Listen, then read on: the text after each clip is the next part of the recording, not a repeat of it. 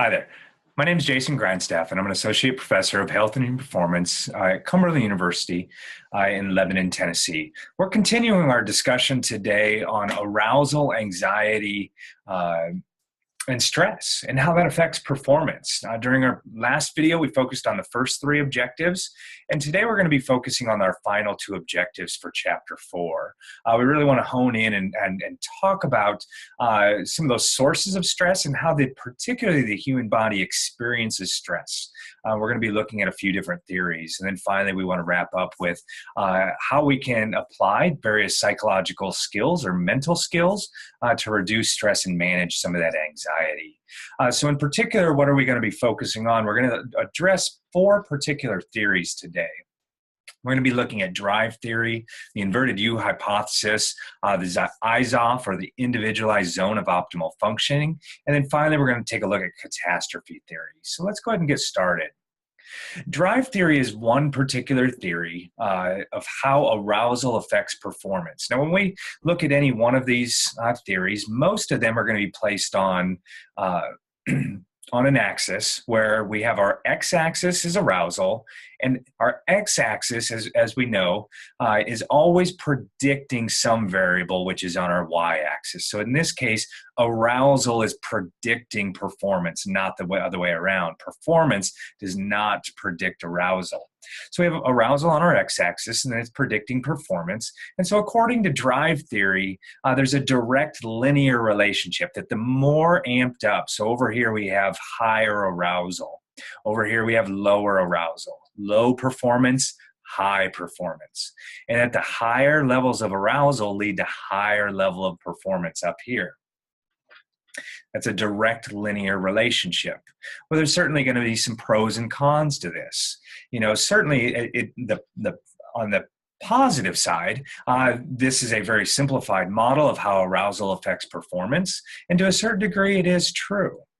But on the downside, one of the critiques of this model is that not all athletes perform better under really high states of arousal.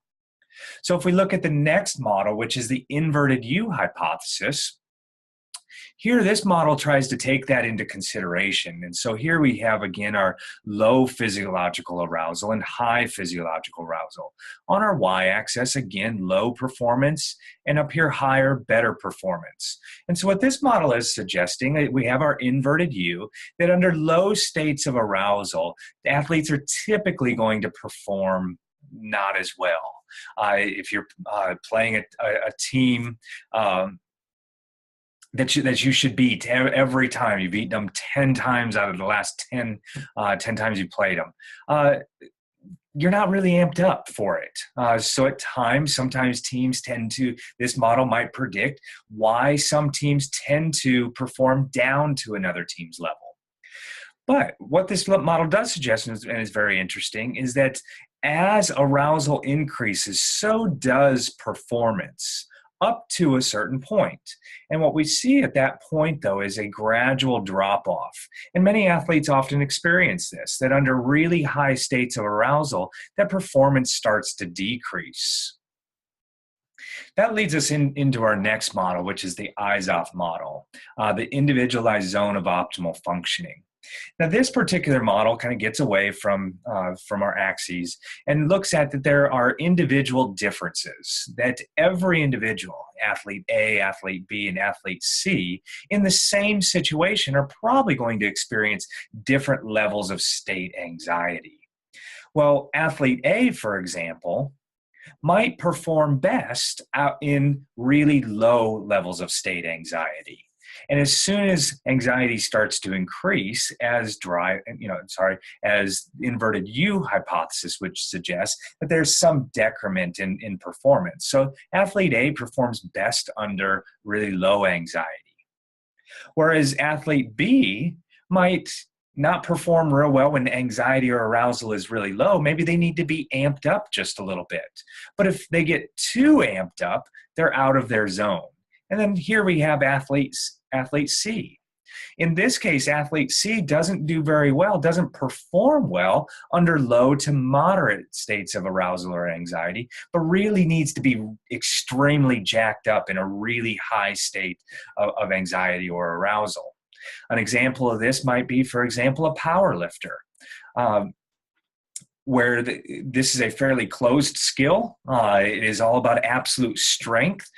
In that case, an athlete might step up to the bar to do a deadlift, and they don't really have to manage their environment. It is all just about brute force and picking that weight up. So maybe for that athlete, athlete C, it's just all about how amped up can they get their body.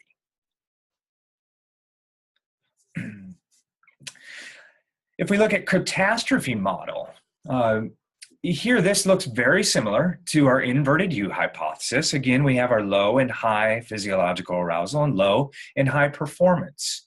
And so under low cognitive anxiety, and the athletes might, as arousal increases, so does performance. But what this model predicts is then what happens under high cognitive anxiety. So instead of seeing a gradual drop off, when an athlete experiences a lot of anxiety, is really amped up, that instead of a gradual drop off, there tends to be a critical point when there's this performance decrement, and it's sharp and it's abrupt.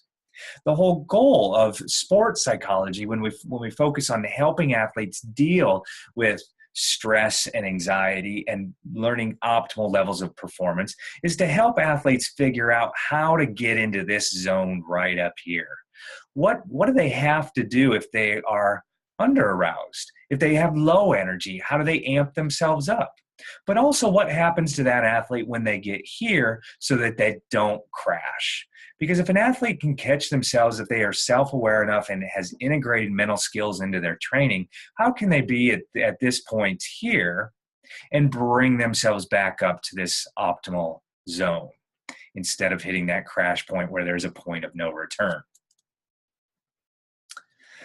So let's talk a little bit about some of the implications for this. When we talk about stress and anxiety, as we talked about the stress response model, one of the keys for that stress response model was the idea of the second component, which is that perception or appraisal.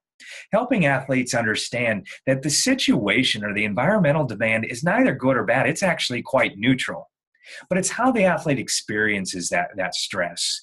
Once the athlete experiences that stressor and how they appraise it, then there's a value attached to that stressor. And it's typically either we see it as a eustress, meaning a positive stress, or a distress, meaning negative stress. So it's really important that athletes understand how to appraise those environmental demands accurately and what that anxiety does to them. We also need to really consider the intensity and direction. So very similar to our definition of motivation in one of the previous chapters, which is the direction and intensity of effort, helping athletes understand how intense are their signs and symptoms of anxiety.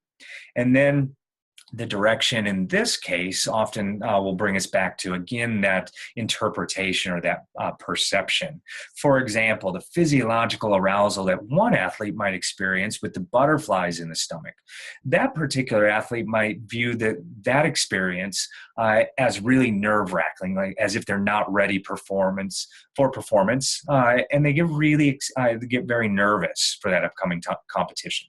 Whereas another athlete might view those butterflies as, hey, my body is amped up. This is just a sign that I'm eager for competition, and these butterflies are going to go away as soon as competition starts.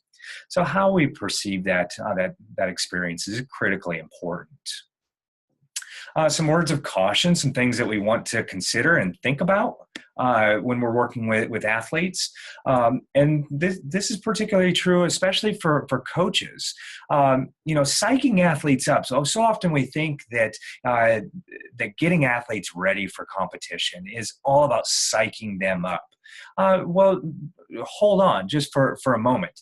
Psyching up strategies are highly effective, but when we consider, for example, that an inverted U hypothesis or catastrophe theory, we know that there's an optimal zone where athletes need to be at. And athletes go over that optimal zone that they tend to crash, or we see a decrement in performance. So sometimes psyching an athlete up and getting them to that optimal zone is incredibly important. And other times we need to be aware if we get athletes too psyched up. As well, it's each athlete's responsibility that they should have practiced various mental skills under low stress conditions so that they can integrate those skills under high stress conditions. So for example, if we're working with an athlete on practicing more effective self-talk in overcoming some sort of a mistake, let's say that athlete is playing volleyball and upon serving, serves right into the net. Well, in a really tight game situation, if the score is 2019 and now the score is 2020 after serving into the net, that athlete might be very nervous and it might bring up some anxiety for that individual. That's not the time to practice a brand new self-talk strategy. So working with athletes under relatively low stress conditions first is outside of practice, then integrating that skill into practice when they serve into the net, and then in scrimmage matches, and then maybe in the actual game situation. So helping athletes understand how they can develop mentally, integrate these sports psych skills is incredibly important for them, helping them to manage the anxiety and stress that comes along with performance. And then some implications, some practical applications of this content. It's very important. We went over some of the signs and symptoms that athletes experience. One of the foundational skills that we discuss in this course of sports psychology is helping athletes become more self-aware, more in tune with their thoughts, their feelings, their emotions, and their behaviors. Many athletes aren't in tune. They don't have those self-awareness skills. So helping athletes really recognize and become aware of those signs of arousal and state anxiety is incredibly important for then giving them the tools to manage. It's very important as well that coaches tailor strategies specific to individuals, that it's not a one-size-fits-all approach. There are times where we need to get athletes more pumped up.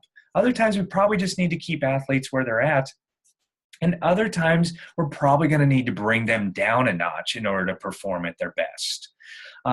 As well, what we're talking about with tailoring specific interventions, it's very important that as coaches and sports psych consultants that we understand what type of anxiety is the athlete experiencing.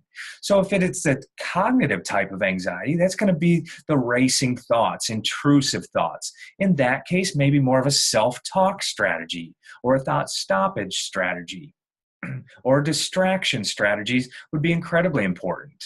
Whereas maybe it's more the somatic type of anxiety that the athlete is going to feel. In that case, it's about managing the physiological responses.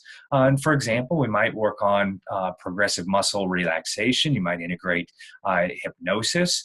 There's a number of ways to actually manage the physical components. Biofeedback would be another. So coaches and sports psychology consultants should understand and be able to specifically identify what type of anxiety is the athlete experiencing.